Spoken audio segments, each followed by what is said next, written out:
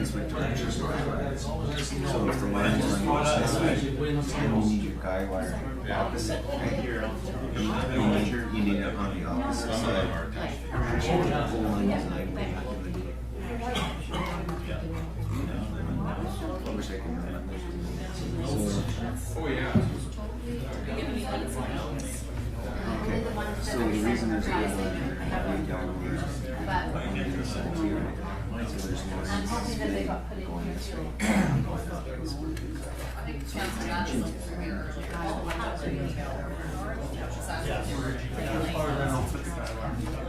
You would have to put another hole in it. Guy line to that.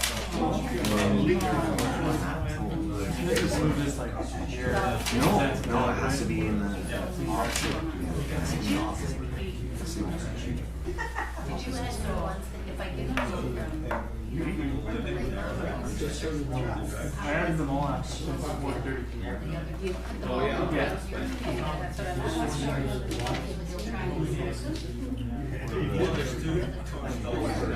I think it sounds like just I'll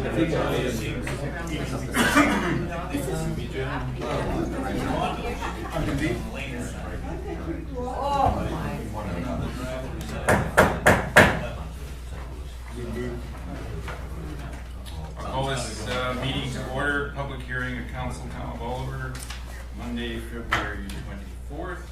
And I'll read the following. This public hearing is convened pursuant to Section 464 of the Local Government Act in order to consider zoning amendment bylaw 1380.12. This meeting is open to the public and all representations to council form part of the public record. This meeting is being webcast live and will be archived in the town's website. At this public hearing, all persons wishing to speak will be given an opportunity to be heard. However, I ask that on being called by the chair to address council, please proceed to the podium. Before commencing with your remarks, please state your name and address. When addressing council, please restrict your remarks to matters contained in the bylaw, and all written comments be submitted to the side table prior to the close of this public hearing. Comments received to date on the proposed bylaw are contained in the binder located to the side table, and anyone wishing to review those comments is invited to do so. I'll now ask the Director of Development Services to outline the bylaw amendment. Thank you, Worship. The subject of this public hearing is zoning amendment bylaw number 138012 for 6422 Main Street. The applicant is proposing to construct a 2-story mixed-use residential building with a 60-seat Dairy Queen on the bottom story and 4 2-bedroom units on the second story. Since a drive-through food service is not permitted within the town center zone, a site-specific zoning amendment is required. Here's a map showing the property location. So it's at the north end of town, across from the Legion and OK Tire, and next to Best of India. Here's the site plan that the developers have submitted. So as you'll see, the drive-through entry would be north or west side of the property along the lane. And then you'd swing out here. There's an access to the parking lot here as well.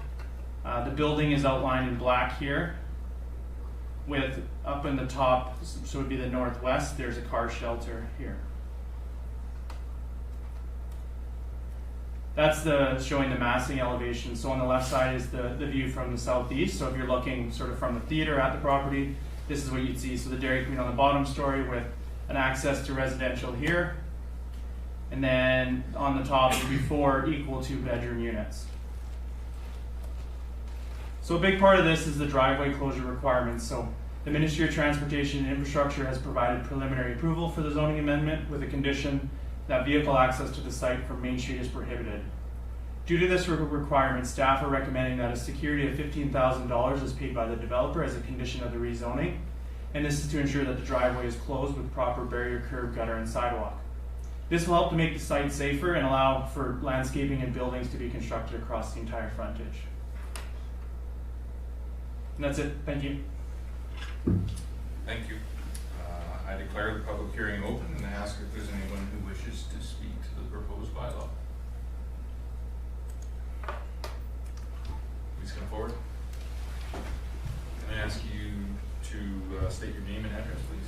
John Roos, 472 Veterans Avenue, right across from this Dairy Queen development. And my biggest concern is the parking and the accessibility for parking on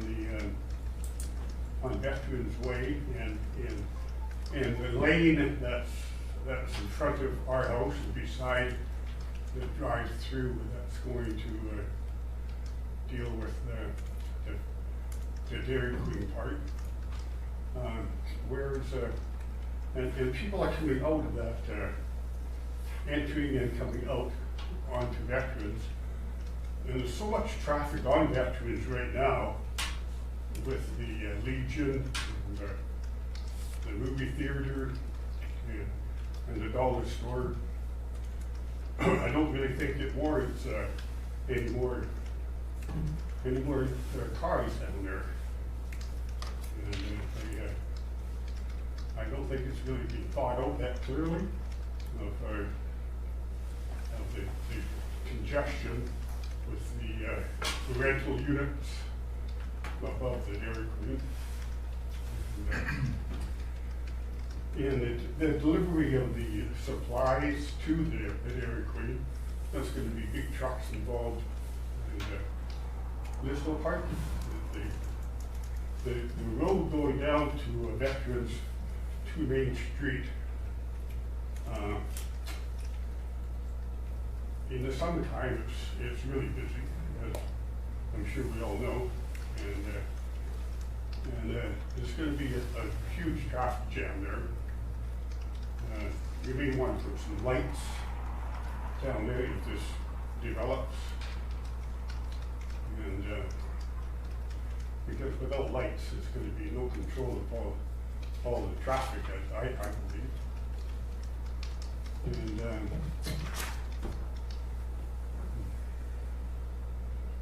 I guess that's just about all I've got to say, but I don't think it's a good idea. I think it's going to be very busy. I think it's going to be dangerous. When you drive down Veterans to the Main Street right now, even in the winter, if there's any cars parked down there, you've got to inch your way right out to Main Street to look left or right before it's safe to actually enter. So that's all I have to say. Thank you. That's nerve-wracking. You did great. Is there anyone else that wishes to speak to the matter?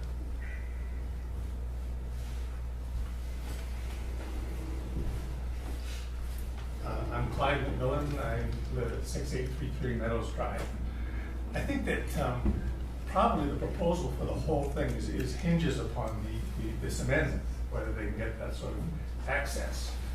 And I really think that this should be allowed, because I think that the building, first of all, is going to add to the town. Let's building a building on an empty lot, which is good for all of it. I think that the rental places above will give people a place to rent, to live. I think that Dairy Queen would provide employment for students. I think that it would allow people who are traveling through, give them a reason to stop and maybe spend some money in Oliver. And I think it also might bring some people who live in Oliver downtown.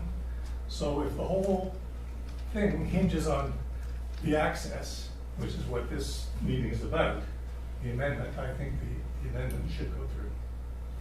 That's all I have to say. Thank you. Is there anyone else who would like to speak to the matter?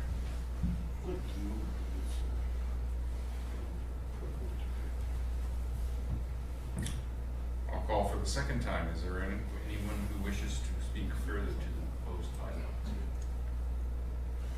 Once again, with you know who I am, John Bruce, Veterans. Does the person that's planning and building the Dairy Queen, does he Does he have the franchise for the Dairy Queen yet?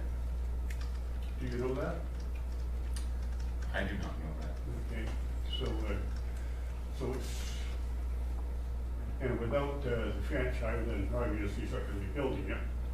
And do you know whether he's renting those units up above, or is he selling them above the Dairy Queen?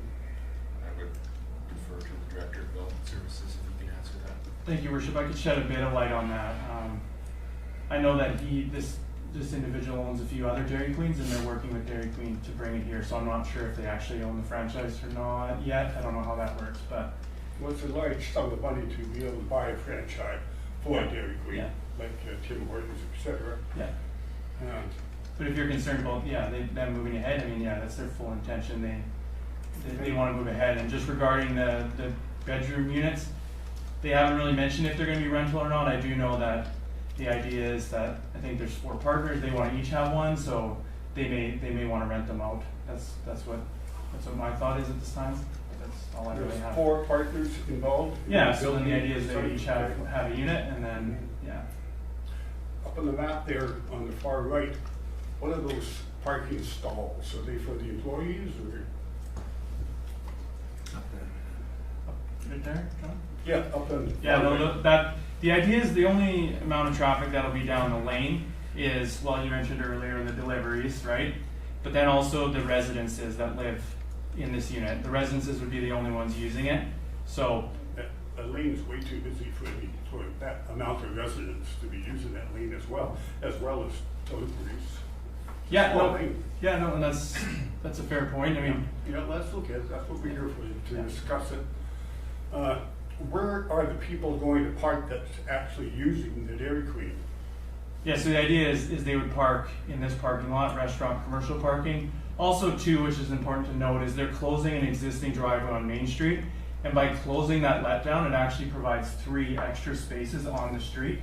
So there will be 5-6 parking spots on Main here, as well as across from Veterans. So down on this side in front of Best of India, there's parking as well. So there's quite a bit of parking, on-street parking spaces in the area, and more created because Well, of the the driveway place where you're closure. pointing to the left on Betfield, that's where the East Indian restaurant is, and during movie time, the theater gets full. Meat draws and Legion, the whole street gets full. The dollar store is, as you know, the law for driving into the dollar store, the double solid line on Main Street. Is that illegal to pass a double solid line to make a left-hand turn? It generally is, yes. Yeah. Yes. Well, I don't mind people not doing it or forgiving that because you have to go to the dollar store. But a lot of people do obey that law and do not cross that double solid line, and therefore they go up Veterans, So they're not they veterans, go up they go down down the the alley. alley. Yeah. Yeah, yes, it's steady, and it's an accident waiting to happen, but it does happen, and it is. So the people are going to be renting those stalls up there, or those 4 2-bedroom units, or they're going to be, you say the 4 owners, so they may own them and they may rent them. Well, we don't know that. Is that basically a rental? It's going to be, the whole neighborhood's going to turn into a bunch of rentals again. That's how it looks like to me. Because I'm sure those guys have got their own residences someplace. In the business to build a Dairy Queen and that, but they have a large house someplace else. And they don't want to live above a Dairy Queen, I'm sure. So it's going to be rentals. And I don't think our neighborhood needs so much of rentals, or rather, we're all being pretty busy at that neighborhood trying to clean that neighborhood up. And I'm sure the gentleman behind me thinks it's a good idea to increase and make something nice down there. But I agree, sure, let's do it, but let's not build that. We can build something else. We could put the Dairy Queen the other side of town. Where it used to be. what it used to be, I'm sure. Yeah. Anyway, that's my opinion.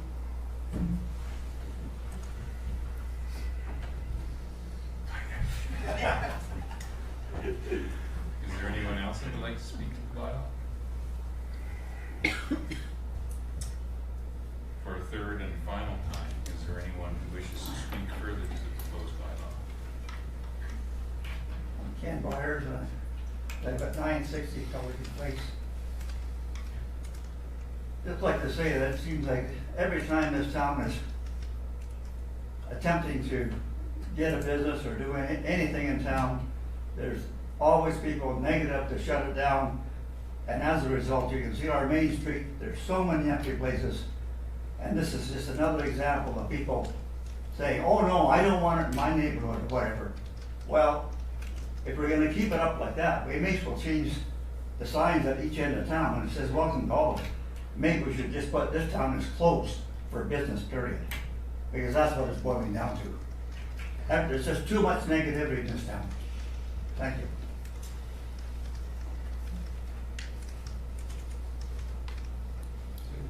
Is there anyone else that will speak to the bylaw? I'm at the third and final time. Last chance. Hearing none, I hereby declare this public hearing on the bylaw is closed. True light here. Okay. Okay. I'll call this regular meeting of council, Town of Oliver, Monday, February 24th. Call this meeting to order. And I'll ask the CEO if there's any late items to add to the agenda. Thank you, Your Worship. We do have no items to add. Seeing no items, I will ask for a motion to adopt the agenda as circulated. So, Grace, call the question, by in favor? Opposed? Motion carries.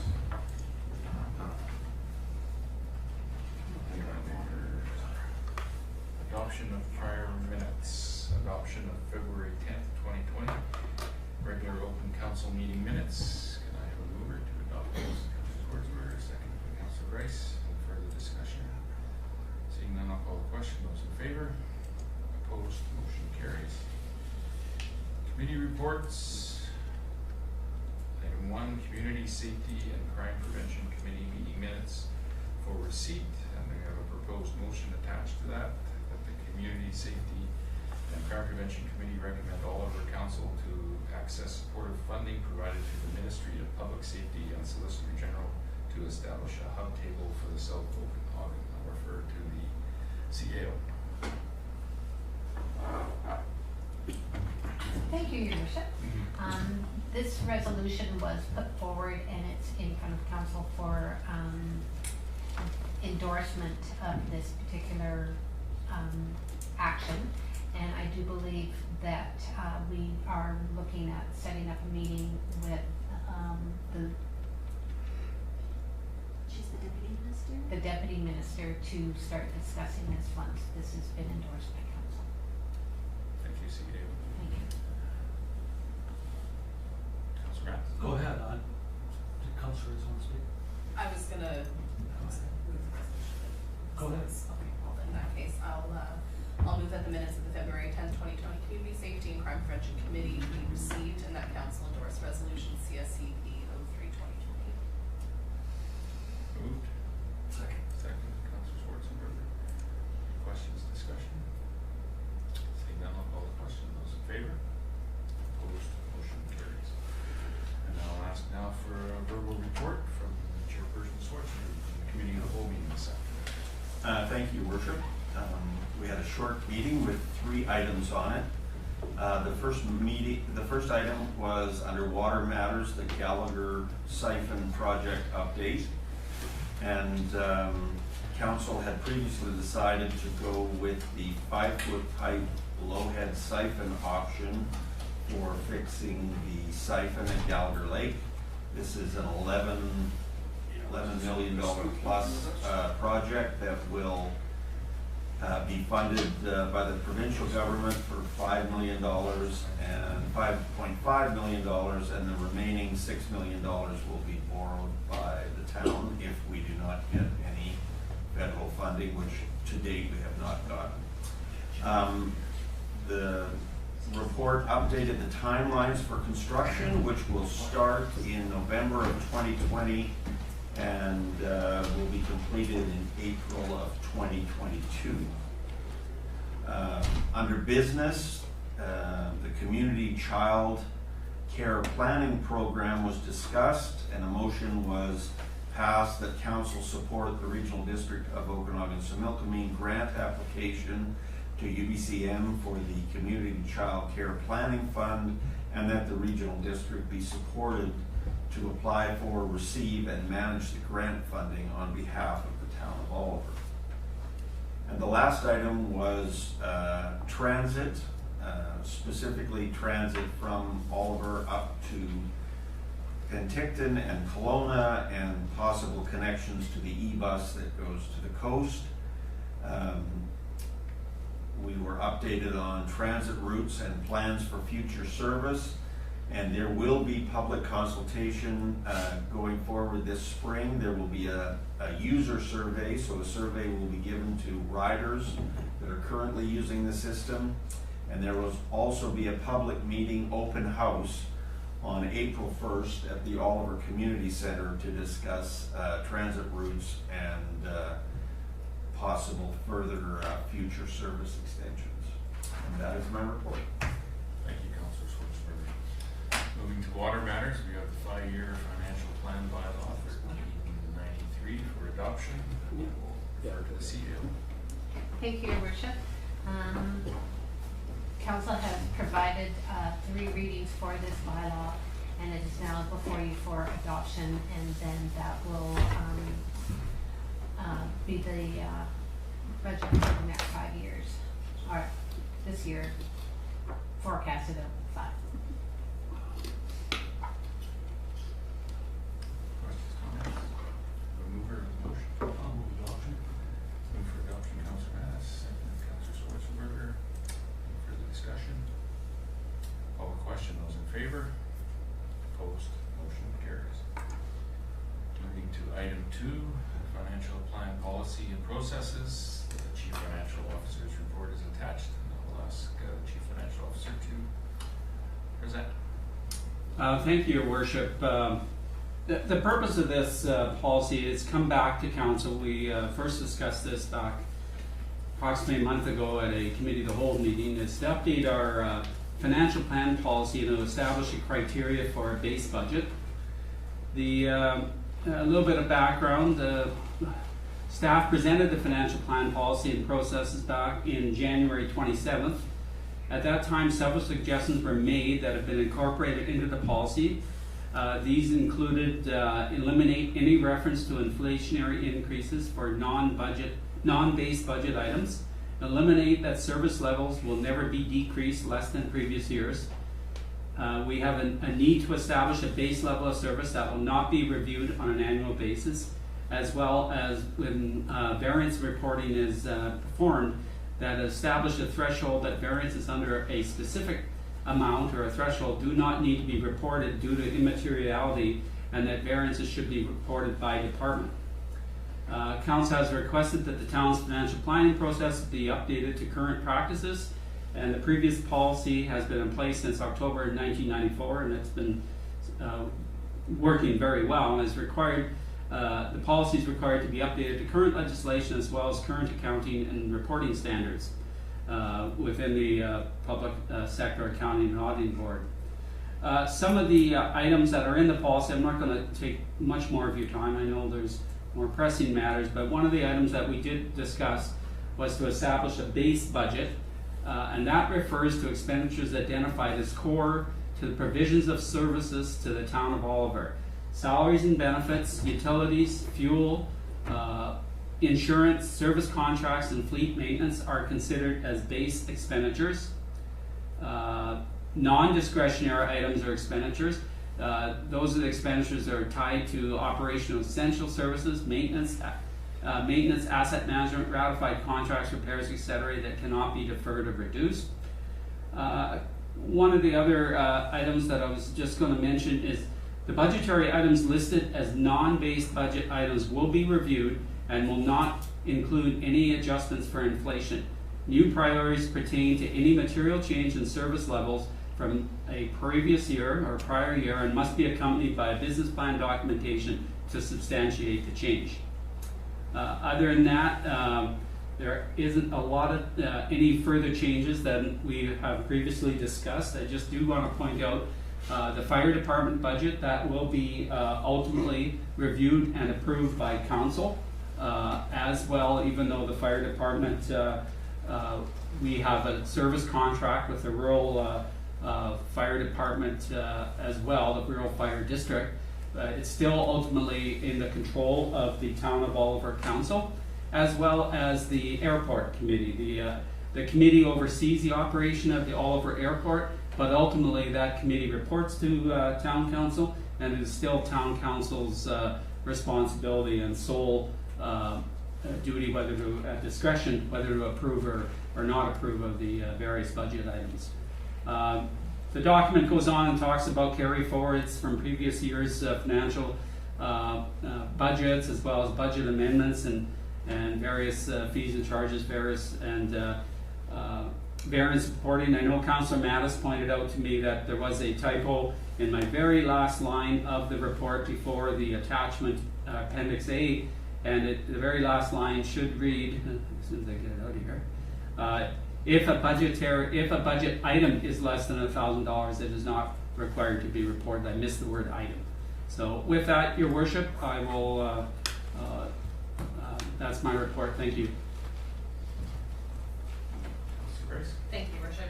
Through to the CFO, in your opinion, is this going to simplify the budget process, or just to be perfectly blunt, do you prefer this or the old way that we used to do budgets? Through the chair, this will certainly provide staff with direction as to what is base budgets, meaning, like I said, there's a lot of budgetary items that really we don't have a lot of control over because they're either a contract in nature. For example, labor contracts could be contracts, waste removal, recycling contracts, cost of fuel, gas, diesel, cost of insurance, cost of utilities. There's not a lot of control we have over that. What we do have control over, however, is any increase in level of service, whether that be new level of service or perhaps we want to do something a little bit out of the norm. And so we're going to treat them, I like to call them as supplemental items. So they'll be brought forward as an additional service that council will debate. Very similar to what we do with our capital budget process. Councillor Mattis. Thank you, Your Worship. Although this is a new process and the old process did work fairly well, we had attempted to do some similar to zero-based budgeting over the years, but I'm really glad that now we have it as a policy. I think it's going to do a far better job of justifying by council and by our staff of tax increases, and it's going to make us a whole lot more accountable to the taxpayers. I'm really glad we have a lot of people here tonight to hear this, because we don't often have a lot of people, but I think the new process is going to make us a whole lot more accountable, and staff more accountable to the people that are paying taxes at the end of the day. It's going to be a lot harder to justify tax increases. So I think it's a positive policy. Councillor Schwarzenberger. Thank you, Worship. I agree. I think the new financial plan is a step forward, and it definitely delineates how we're going to move forward on different classes of expense. So saying that, I will move the recommendation that council approve the new financial plan process policy as attached, and that the previous budget policy adopted by council dated October 24th, 1994 be rescinded. That would be as amended. Amended. Oh, and, sorry, what it says there. What it says there. The previous budget policy adopted by council dated October 24th, 1994 be rescinded. I will second what it says there. Councillor Grace.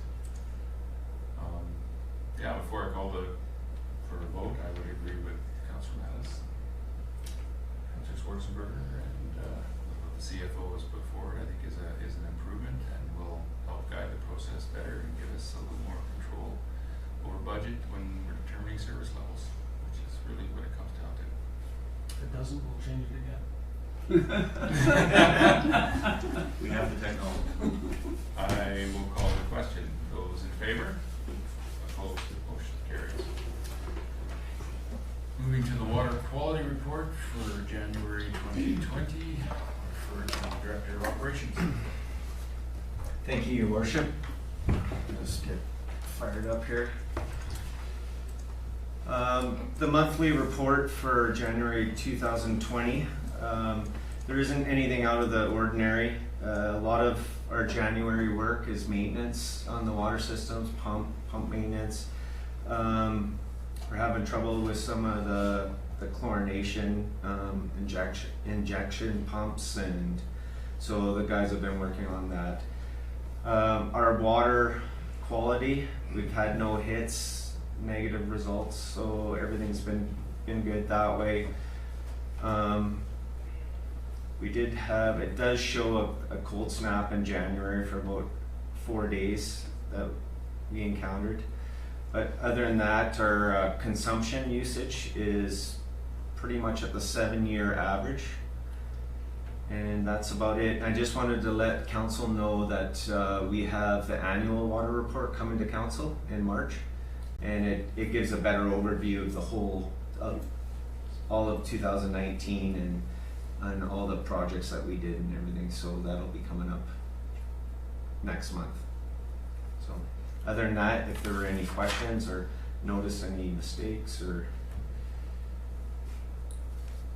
there's always one. I'll move receipt. Second, Councilor Madden. I do have a question. I noticed the water level is up quite high in the river. I think they're probably draining Okanagan Lake in anticipation of some water coming in there when the snow melts. But my question is more, do we do anything within the town of Oliver on the Okanagan River? And I'm asking that because I see when I go across the walking bridge there the other day, there was a scooter in the water for the longest time, and it's gone. And I'm just wondering, would we do that? And the other thing before I get you to answer is there's quite a large tree up against the bridge, and I wonder, just anybody watching that who pulls that stuff out of there, because that pressure could, when some things come down, can create a lot of pressure on those structures.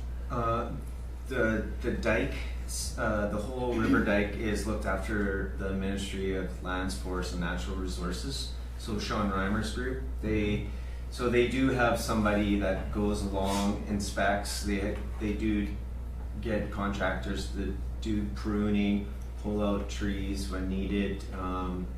So yeah, it's usually taken, that's their jurisdiction.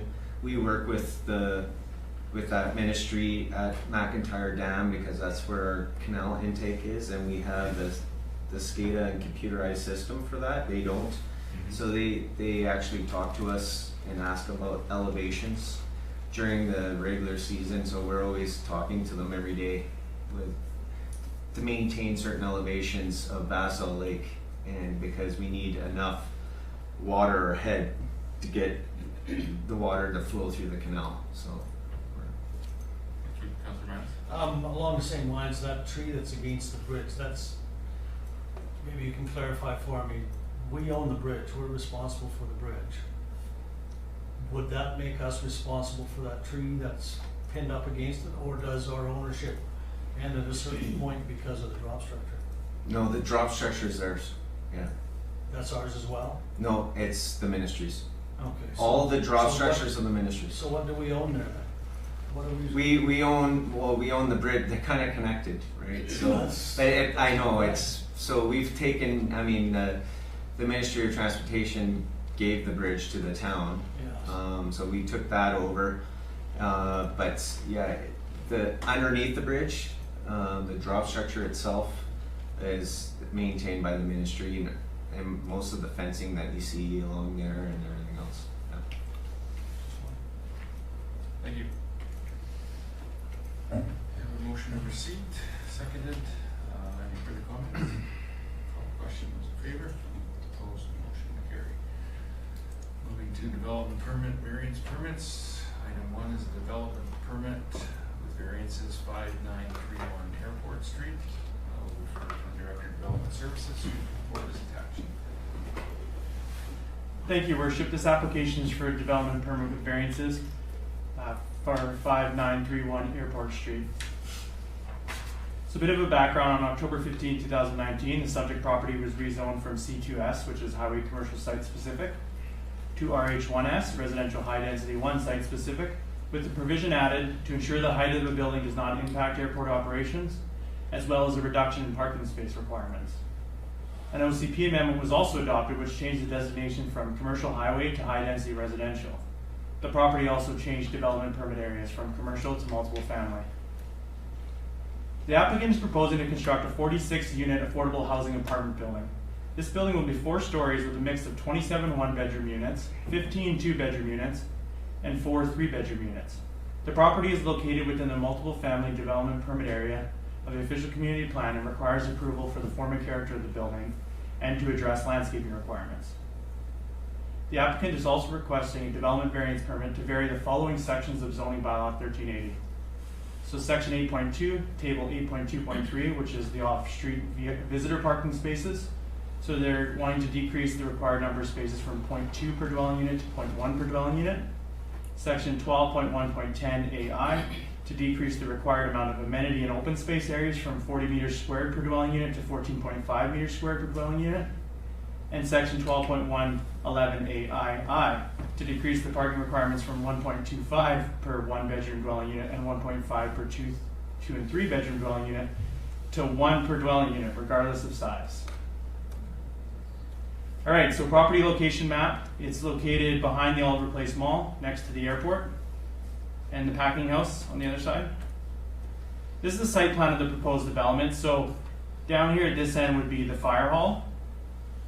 And up here, so Oliver Place Mall is on the north, or on the west side of this, which is the top of the page there. And this is the zoomed in version of the development. So you'll see the building outline here. The building is in gray. You'd access right here, which is right next to the ministry building. There's one way to access the parking lot. And then the other access from the parking lot would be Packing House Lane. Get out of the way. And then there'd be landscaping all the way around the front, and I'll get into the landscape plan here in a bit. Some photos of the subject property. So on the left is the south elevation from Similkameen Avenue, and on the right is the east elevation from Packing House Lane. On the left is the north elevation from Packing House Lane, and on the right is the west elevation from Airport Street. So if you're looking from the mall parking lot at the back. Same thing on the left, the west elevation from Airport Street. And then the photo on the right is the south elevation looking to the north along Airport Street. So you'll see the existing condition of the road, potholes and such. Here are the elevations. So you see it's a mix of a bit of blue, white, red. Yeah, that's the north elevation, and the south elevation and the southeast elevations. There's some renderings as well. It looks pretty. Lots of grass and trees. It's good planner talk. Here's the more detailed landscape plan. So you'll see here all the different species of trees, and the plants, they're using sort of a mix between some rocks, like it's sort of a riverbed look, and then the most important part is the boulevard area here will be landscaped with irrigated turf, and there'll be multiple boulevard trees here. 1, 2, 3. Yeah, there's about 12 boulevard trees that'll be along there. So the biggest change from the previous development, when they originally started, is the project has been scaled back at this time. So it's now covering about half the parcel, except this little addition area here. So when they originally did the variance proposal or the rezoning proposal before, the idea was to develop the entire site and provide the adequate parking. This time they've scaled back just due to funding through BC Housing, that the troubles they came across with budgeting. So yeah, this is a scaled back version of the project, but it does still allow room for another building down the road to be built, which a possible phase 2 building.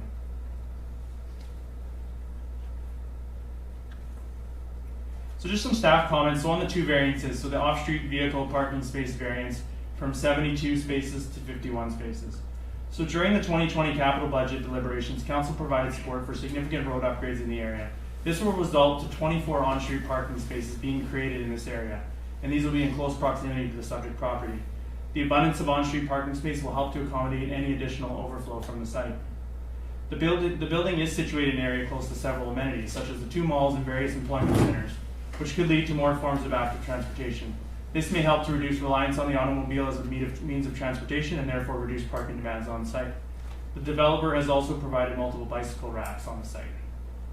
And just regarding the amenity space variance, the majority of the units have a private deck or patio combined with a 685 square foot interior multi-purpose room and a common outdoor amenity area. According to the applicant, the design team has proposed to activate exterior outdoor space by providing interesting and usable landscaping elements such as pathways, seating, natural elements, and communal gathering space for residents. And staff also note that this area is within walking distance of the hike and bike trail in the community center, which could provide another form of amenity. The proposed development meets the intent of the multifamily development permit guidelines as highlighted below. The building's been designed in a wing formation orientated to face both Airport Street and Packing House Lane. The building is utilizing different colors and materials in order to create an appearance of smaller units and less bulkiness. The majority of the units, with the exception of 4 one-bedroom units, have a private patio balcony, along with common interior and outdoor amenity areas. The landscaping plan features an irrigated turf boulevard with trees surrounding the development. The on-site landscaping will feature a mix of xeriscaping and turf, with a decorative river rock bed and a variety of low shrubs and grasses. The garbage enclosure will be screened and the parking areas will be screened from the street with new boulevard trees. Just wanted to point out a nearby project as well. So this was done in a BC Housing Affordable Housing building in Okanagan Falls, and there was a variance approved by the regional district from 46 parking spaces to 29 spaces. So there's 29 parking spaces for 26 units. With that, the options for council. Council may choose to support the recommendation. Council may choose not to support the recommendation, or they may choose to refer it back to staff for additional information. And with that, the staff recommendation is that council approve development permit with the variances number 2019-30, and that staff be directed to issue the permit. Thank you. Thank you. Questions, comments, council? Councilor Vance? Thank you, Your Worship. My concern is this is the second ask for parking. This is a site specific that we have done here and given less parking than what we would normally require for this type of property. And now we're being asked again to lower the number. And my concern is that I see there's sufficient property to provide the required parking. There's going to be a whole bunch of undeveloped land there. So to me, there's no reason that the on-site parking cannot be provided at this time. If they choose to move ahead and build a second building at some later date, then they would actually have data to come back to us and say, well, we have 70 parking stalls, but we can show that we only use 50 of them, so we'd like to eliminate 20 of those or use 20 of those towards the next development. It's unfortunate, I'm told, that we're unable to go partway in between and come up with a workable number, but that we can either only go with what is required or what they have asked for, that there is no in between. Because for myself, I would like to see another 10 spaces, somewhere in between the two numbers. I would be more than happy to live with that. But as it stands, this part of the variance I can't support. The other requests I could certainly support in terms of the amenity areas and that sort of thing. I had no issues with those. That's it.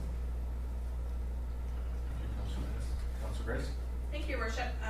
So a couple comments. For me, I'm actually okay with the parking variance request. I think that they've given adequate evidence based on other projects that they've built that not all of the stalls are being used in their other affordable housing buildings. And I think especially in affordable housing units, because we're looking at people with lower incomes, there's probably going to be less need for parking units than there would be in just a regular rental building. So that's my comment on the parking. And then as far as the outdoor amenity areas, can you, to the Director of Development Services, can you highlight what the outdoor amenity areas are? Because it's quite a big reduction, so I guess there's some picnic tables and that sort of thing there, or communal areas? Sure, yeah, I can point that out. Yeah, so right here, there's an outdoor amenity space. It's a patio area. Put some chairs here. And then they have activated some of these other areas with benches. So there's a bench up on this side. Another bench down in this end here on the part of the building. I don't know if I see many other benches, but yeah, I mean, there's limited areas for sure. At the front entrance. At the front entrance, there's another bench. I think there was a comment too that there was going to be an indoor shared. Yeah, there's also an indoor space as amenity well. area. Yeah, like a banquet room or something. I should also add to council for the reference that the applicant, there is a representative from Macola Housing Society as well. If you do have any questions around that you need answering, that I can answer. Thanks. Councillor Schwartzberg? Thank you, Worship. I agree with Councillor Grice. I'm not sure that parking's that big an issue for me. With a affordable housing project, it's doubtful that people are going to have more than one vehicle probably, and one parking space per unit would probably suffice. And I noticed in the report that there were a number of places that had more parking spots but were underutilized to the tune of one space to one unit, one residential unit. And the proximity of the building to all sorts of amenities, shopping, the new library location is going to be directly across the street. You can walk to the community center, to the hike and bike trail. So I think, I'm okay with both reductions that are being asked for. The builder, Ellis Don, came to us and asked for a reduction in development cost charges, and we turned that down. And we want affordable housing, so I'm prepared to go ahead with the two asks that they have here today. Councillor Mance? One other question, and I'm not sure whether you could answer this one. I see further down in the report, it didn't come up on the screen, but it's in a different type of print. It refers to future electric vehicle parking. Page 20 of 31 on my computer and page 1 of 3 in that particular report. Will that, the question is will that be made for electric vehicles now, or is it just, go ahead. Councillor Mattis, thanks. Was that in the applicant's rationale? Or was that in, yeah. Yes. Yeah, so I'm not sure of that. If you want the applicant to answer that question, because I really don't know that. If that's possible, I'd like to know if those will be wired and ready to go for electric vehicles now, or what the word future means in this case. Okay. Certainly. So my name is Olivia McMahon. I'm the project manager for Macola Development Services. We are the development consultant retained by Macola Housing Society, which is the owner and operator of the project. Can you bring up the report? Oh. I can talk into it if that can hear me. Is it possible to bring up that part of the rationale? Because I wrote the rationale, and so I don't remember mentioning EV parking. I did see it in the, Actually, I can get it. probably in the original landscaping plan.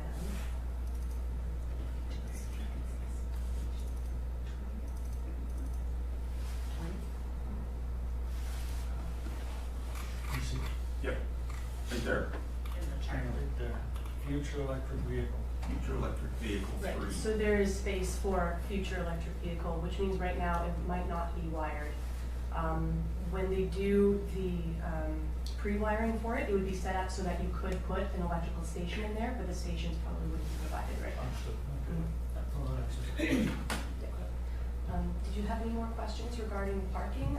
I did put in the number of vacant stalls that we have on other Macola housing properties. That the uptake in affordable housing is not the same as market rental housing for parking. Any other comments, council?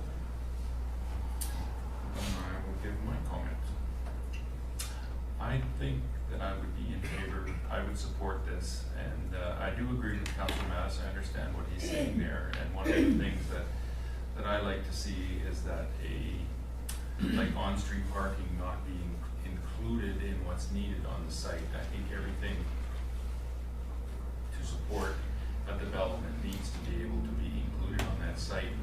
However, with this, even though with the variance going with less parking, I'm okay to support it because there is more area on this site and there is another proposed building there. And I think at the end of the day, when the second phase comes online, we will also get information whether the parking variance is working or not. I don't think that we need to go and build out 70 sites and see if that's going to work. I think having the 40 or 45 sites that we're talking about, and we'll see if that works. And the next time the property is expanded with another building, we'll be able to see whether the amount of parking is really working or not. Councillor Matz. Just to follow up on that, just so everyone's aware, there will be no opportunity to fix this parking the second time around. You can take away parking stalls on the second development, but you can't add them for this development. You can only do what's required for that particular development, which is fine. Which is fine, but you could limit the amount of units associated with the development as well, which would be another way of dealing with the parking.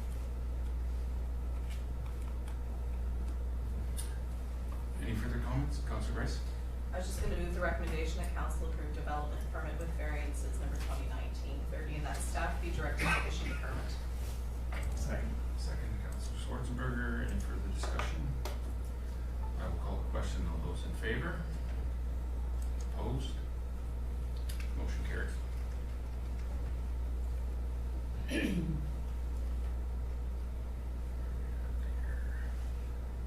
Moving to bylaws. Zoning amendment bylaw 1380.12 6422 Main Street for third reading. I'll refer to the Director of Development Services. Just based on the public hearing before, our staff report, our staff recommendation is that council give third reading to the bylaw and then refer it to the Ministry of Transportation to sign off on the bylaw, as well as the developer will be required to pay the costs for closing the driveway. Thank you. Questions, comments, Council?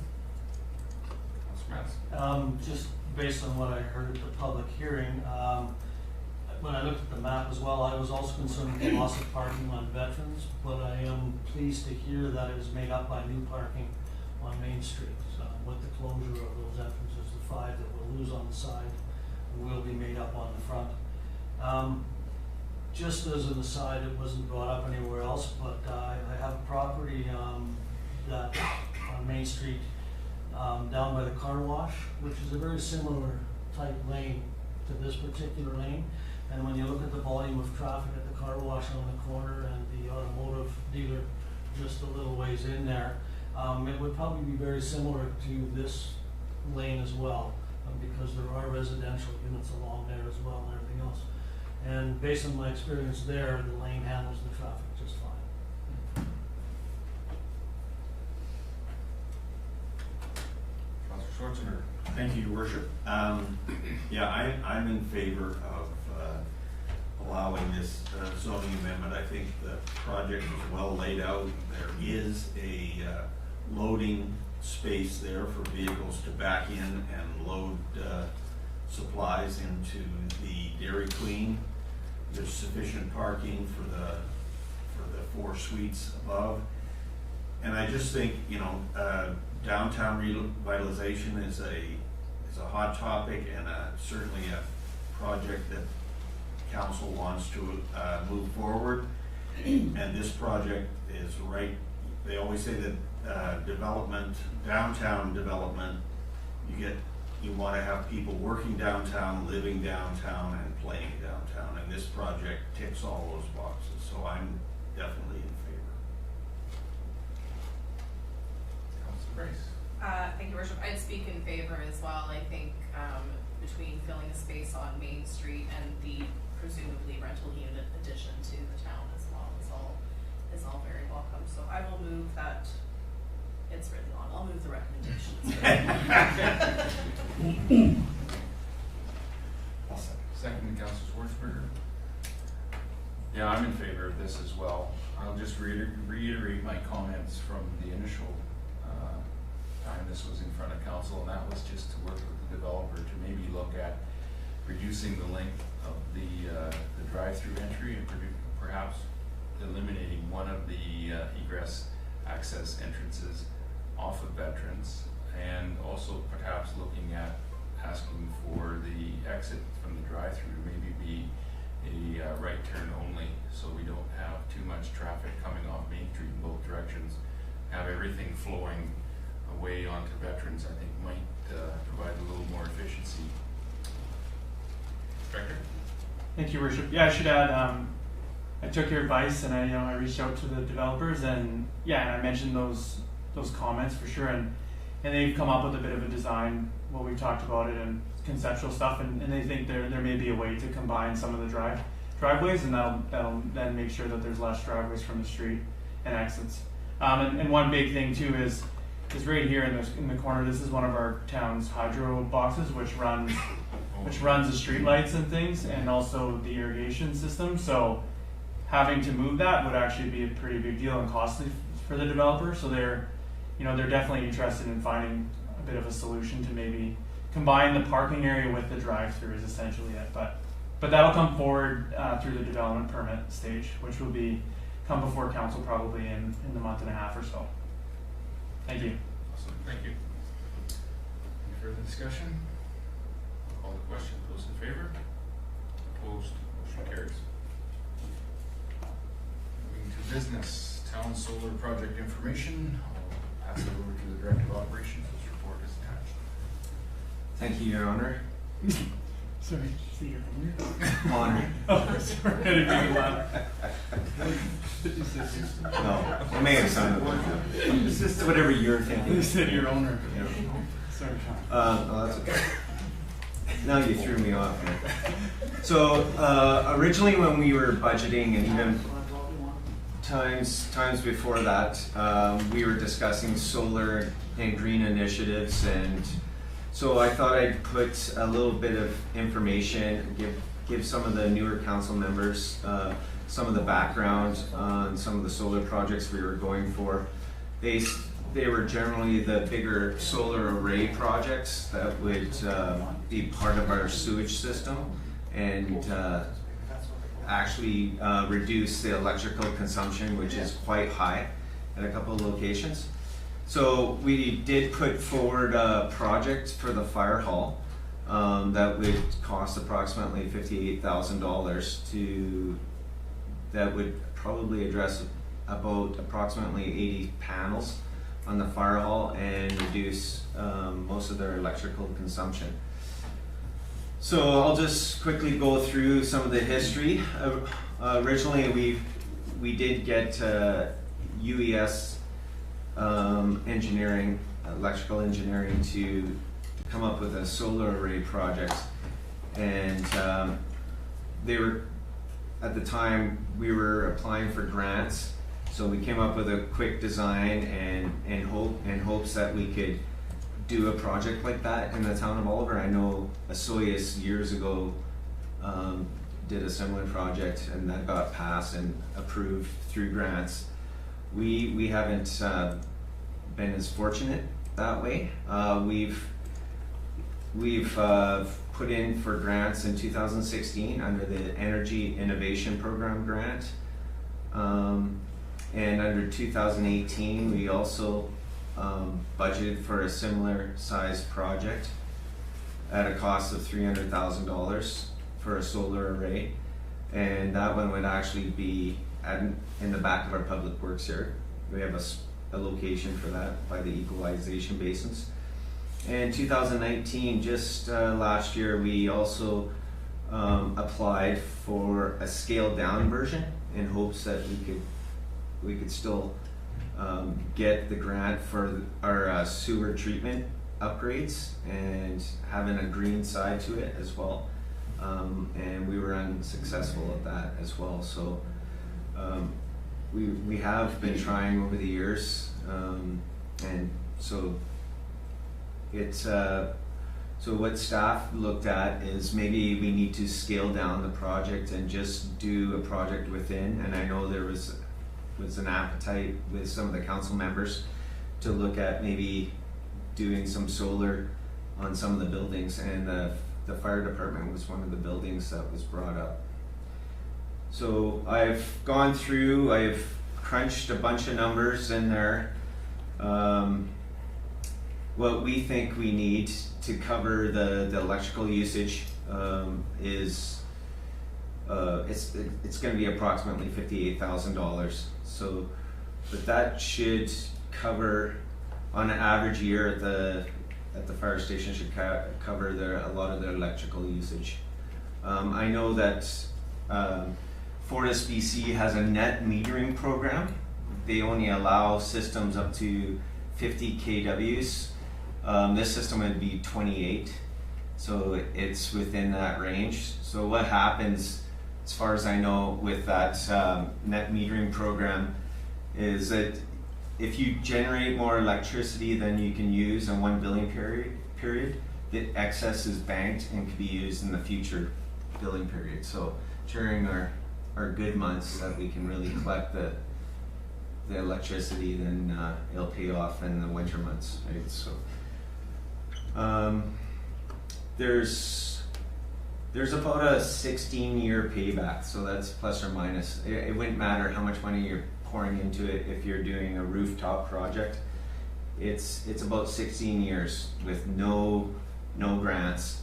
But the panels are more efficient nowadays. They're usually warranted up to 25 years now, and it doesn't mean they're still not useful. They just lose some of their efficiency. And what they generally talk about is after 25 years that the newer panels retain about 87 to 92% efficiency. So it's still quite decent, right? You can still use them for 10, 15 more years if you wanted to, and it'd be paying for itself after 16.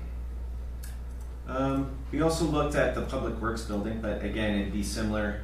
If we did the Public Works building, we'd never offset all the electrical usage there.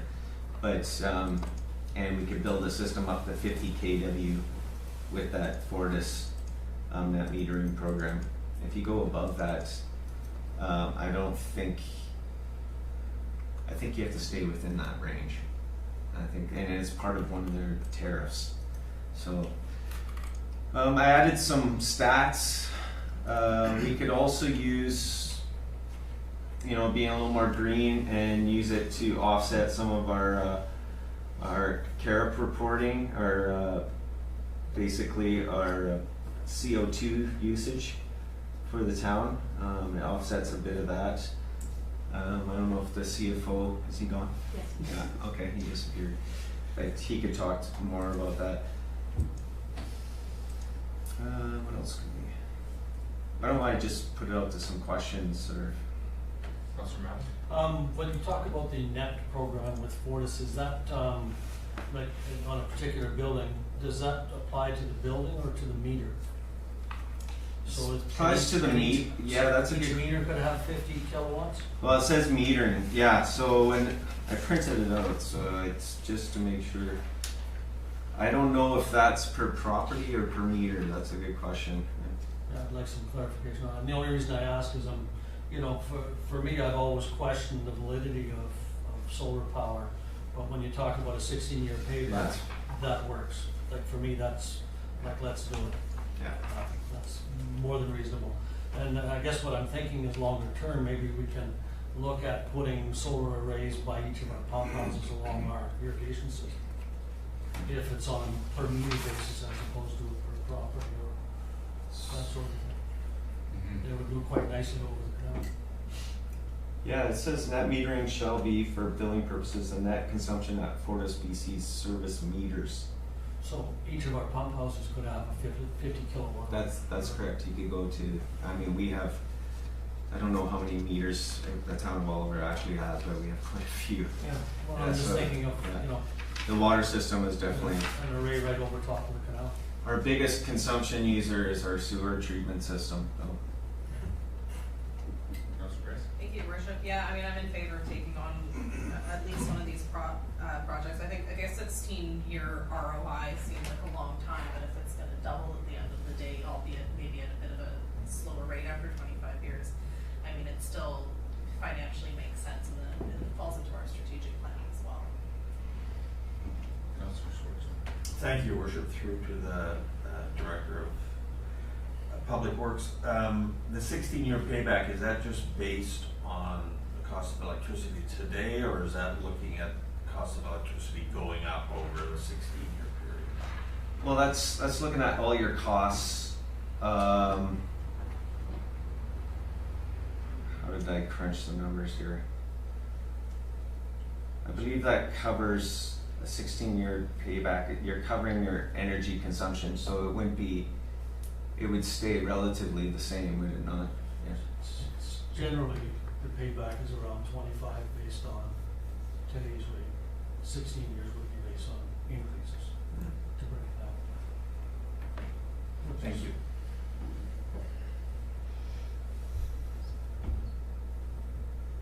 I have a comment, question.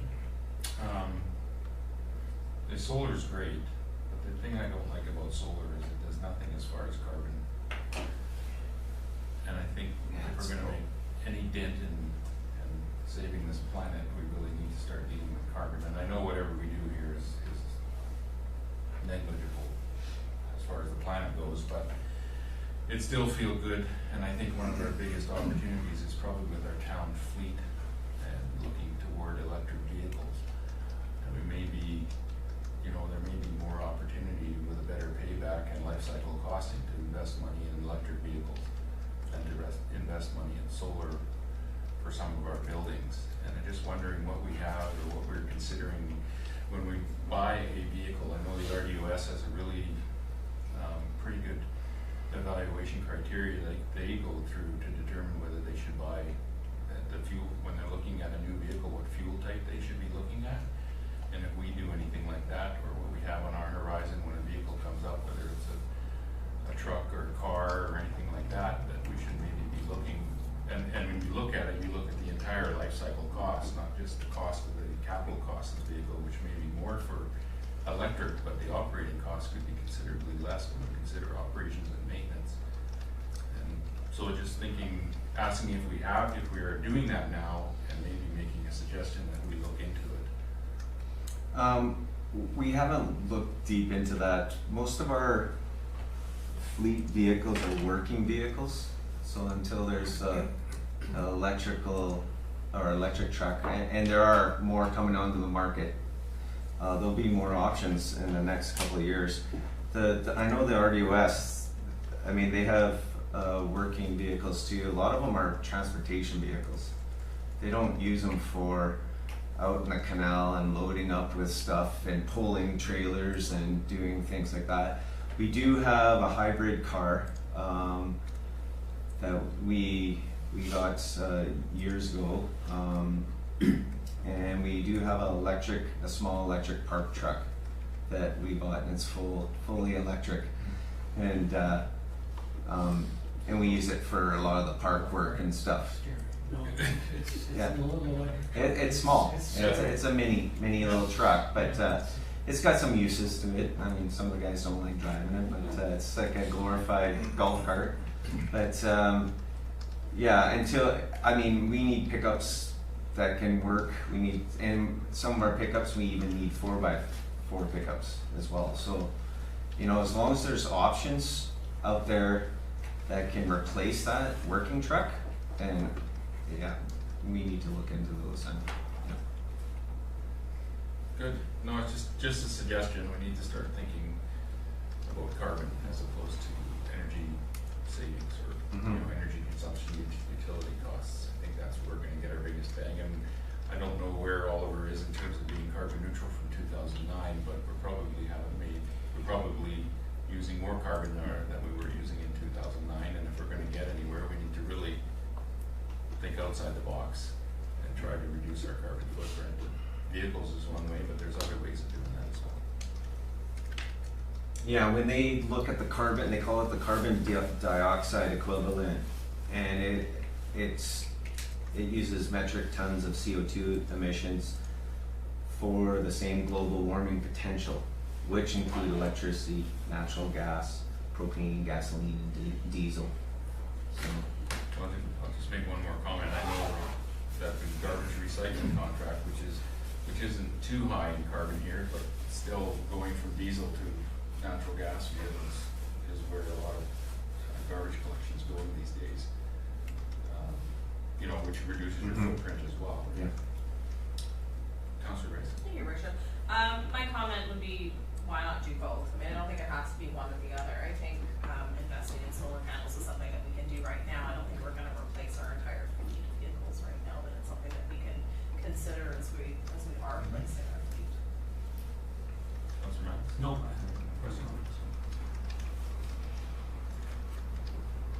No, we'll look into fleets. I mean, I think there are more choices coming on the market in the next 2 or 3 years, but Tesla has a truck.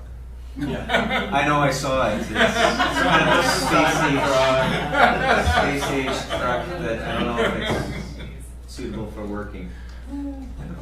Yeah. As opposed to cruising around. Alrighty, let's move on to correspondence. I'll refer to the corporate officer. Thank you, Your Worship.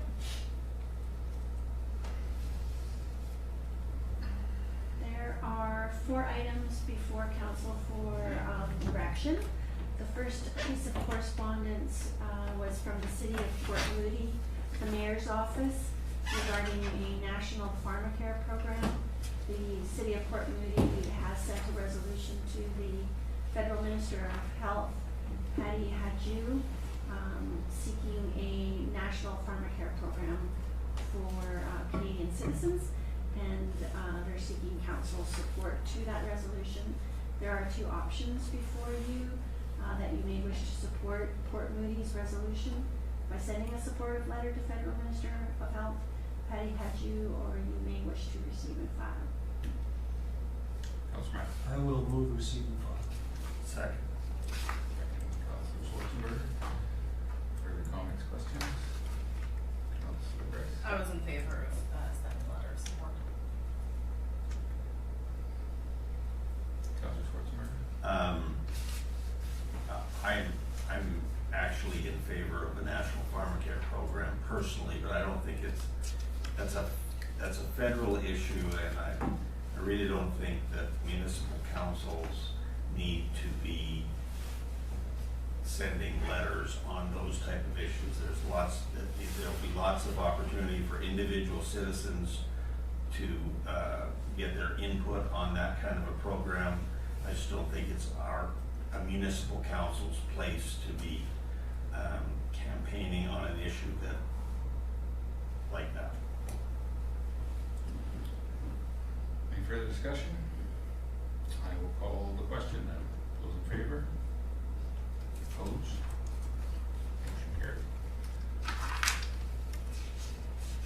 Item 2. The second piece of correspondence is from MIABC, that's the Municipal Insurance Association of BC.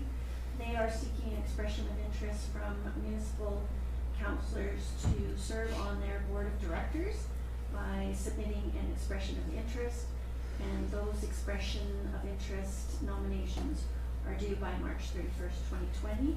So there's 2 options before council. You may wish to nominate a member of council to serve on the MIBC board of directors, or you may wish to receive and file.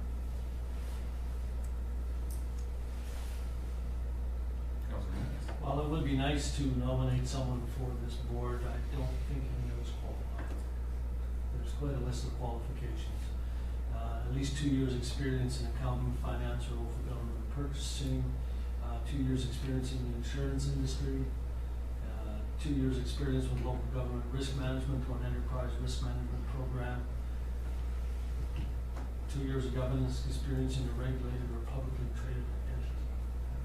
I'm not sure where it was defined, unless it would be more people like Mr. Leahy, for example. Right. Can we nominate Doug? There are staff members that do sit on that, but This call is for elected officials. Yes. Yeah. Councillor Grace. I'll move receive and file. Second, Councilor Schwarzenberger. I agree. Call the question. Those in favor? Opposed? Motion carries. Item 3. Thank you.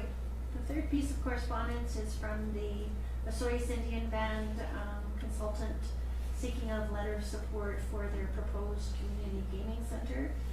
The gaming center is on the southern portion lands of the Osoyoos Indian Band Reserve, and the options before council are to provide a letter of support to the Osoyoos Indian Band for their proposed community gaming center that is to be located on the southern lands of the Osoyoos Indian Band Reserve, or council may wish to receive and file.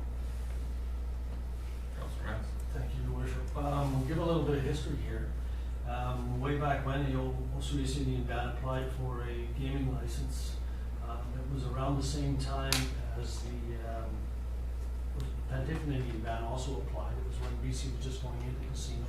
The Osoyoos Indian Band's proposal was to have it on the east side of the Osoyoos Lake with a marina, and you could actually pull in almost like a parking lot to go to the casino by boat or by car. It was quite an amazing proposal, but unfortunately at the time there were some dispute over the land where the Penticton Airport is located, so the license was awarded to Penticton, which they never made use of all these years. Oliver was quite incensed at the time, the Osoyoos Indian Band was quite incensed at the time, because they felt there could be two, but the provincial government didn't see it that way. So I think it's long overdue. I wish it was the original proposal with the marina and everything else on the other side of the lake, because it was a pretty fantastic proposal. But I would certainly support a letter. Councilor Schwarzenberger. Thank you, Your Worship. Yeah, I think we should provide a letter of support. The Osoyoos Indian Band wants to put it in Osoyoos, right at the end of their reserve, right by their Petrocan location, right below Spirit Ridge, and the Osoyoos Town of Osoyoos Council has already sent a letter of support, so I think we should do the same. Councilor Price. Yeah, I would also echo what my fellow councillors have said, and I wish them the best in their endeavors. I would agree. Do we have a mover for the motion? Moved, Councilor Price, second, Councilor Schwarzenberger. Call the question. Those in favor? Opposed? Motion carries. And the last piece of correspondence for direction is from the U18 curling team at Tunes. They're seeking sponsorship to aid in traveling costs to attend the curling provincials that they've qualified for that are held in Parksville March 17th to 22nd. There's three options before council. That council may wish to provide financial support utilizing the unconditional grant and aid budget. Council may wish to request the team complete a grant and aid application request, or council may wish to receive and file. Councilor. Thank you, Your Worship. I gave some personal support to these guys. They're fine individuals. I know them all as a curler. They curled into Bonspiel here this weekend and held their own against a whole lot of more experienced curlers. I know they'll do very well down in Parksville. Have a lot of confidence in them. I would be prepared to make a motion that, because I would like to see our logo on the jackets, I would be prepared to make a motion that council support the Team Antunes from the unconditional grant and aid budget to the tune of $700. Councilor Schwarzenberger. Well, I'm agreeing that we should help them out, but they're only asking for $250 to $500, so I think 700 is a little rich. And I believe that the logo is at the 350 level, so yeah, one on each sleeve. So I'd be more comfortable with $500. The only reason I went 700 because I was informed today that on last year's unconditional grant and aid budget of $9,000, we managed to spend $1,500. So I just thought we could kickstart the year.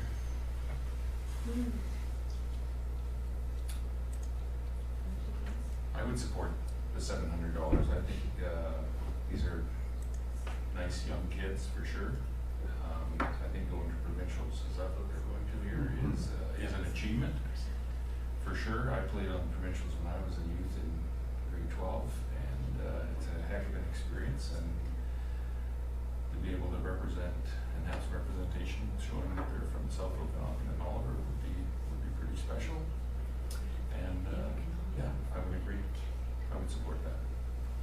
Councilor Rice. Thank you, Worship. So just to clarify, is the total ask about $2,600? The $2,000 for travel and then another $600 for the jackets? Through the chair, they were just providing options. I don't think they gave us a total. Well, I guess their total truck coach costs is $2,000, and then $150 per player and coach for their curling jackets. So that'd be So I mean, if you divide 5 that jackets. It'll by be 4, by the $3,000. 4 communities, it's Yeah. gonna It'll be be a roughly $3,000 $700 per. Yeah, so I would support the $700 as well. Councilor Schwarzenberg, any comment? No, I'm, just to clarify, I mean, I understand that the costs are more, but I assume they are also appealing to other communities, because 2 of the curlers are from Summerland and 1's from Kelowna and only 1 is from Oliver. And they were requesting sponsorships in the amount of $250 to $500 to cover the following costs. So it's not they're asking for the whole cost from one community, they're asking for a contribution. So my preference was 500, but I'm certainly not going to vote against 700. So I'm good with that. You're the mover. Yeah, I have moved it. I'll second. Second, Councilor Rice. Call the question. Those in favor? Opposed? Motion carries. Someone's been opposed all night. I mean, you could. I could have, that's all right. Thank you, Your Worship. And the last motion before council is to receive the item in M6 from the Liquor Cannabis and Regulation Branch and the weekly mail. Oh, we received. See, Councilor Rice, seconded Councilor Schwarzenberg. Do you have a comment? No. No. Call the question. Those in favor? Opposed? Motion carries. Moving to reports. Councilor Rice. Thank you, Your Worship. I've got a sneeze coming on. I'll try to get through this quickly. So on Tuesday, February 11th, I attended a Chamber of Commerce meeting.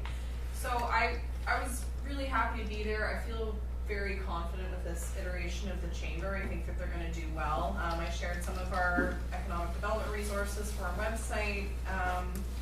There were some questions about funding from the town, so I suggested that they come as a delegation, present to council first to let all of us know what they're up to before they ask for money. Monday, February 17th, I attended the Oliver Community Arts Council AGM. They welcomed a couple of new board members. Things seem to be running smoothly. Lots of community, or lots of events happening. They have lots of committee opportunities for anyone interested in getting involved. Tuesday, February 18th, I attended an Oliver Parks and Recreation Society meeting. They talked about their 2019 grant successes, the highlight being the BCAA Play Here grant for $100,000 for the Small Wheels Park. There's also discussions of coordinating Oliver's 100th anniversary celebrations. Wednesday, February 19th, I attended a South Okanagan Chamber of Commerce networking event at the Silver Sage Winery. That was lots of fun. Got to meet lots of members of our local business communities, and that's the end of my report. Thank you, Councilor Rice. Councilor Schwarzenberg. Thank you, Worship. Thursday, February 13th, with a number of other councillors, I toured the Oliver and District Heritage Society buildings and exhibits.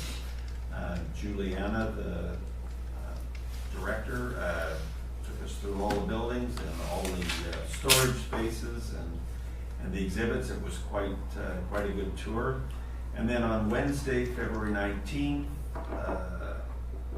I represented Councillor Mattis at the Okanagan Regional Library meeting in Kelowna. Thank you, Your Worship. My report's a little dated as I was away for a couple of weeks. On February 3rd, I attended the grand opening of the Indians Bloom. And on February 4th, I attended a meeting of the Oliver Tourism Association.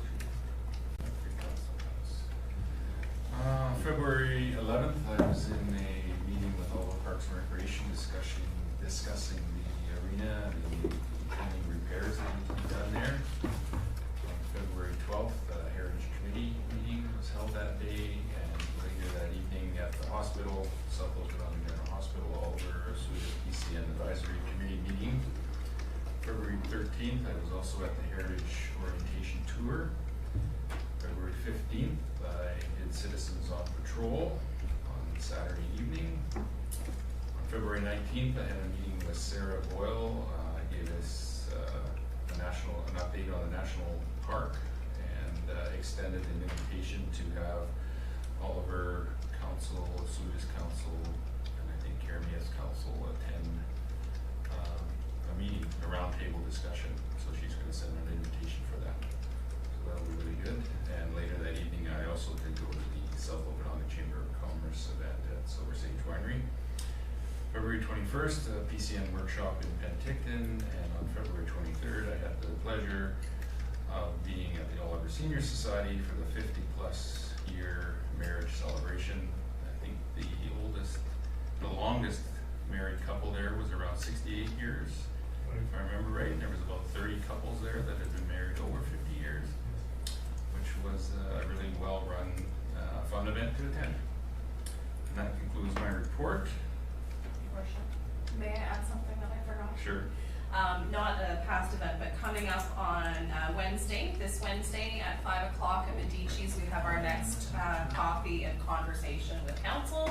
So it's a chance for a casual conversation. You don't have to come up to the podium, and from 5 to 7. So you can tell us what's on your mind. Thank you. Yes, that's good. Thank you for reminding everybody. Are you going to sing for us? If I'm asked.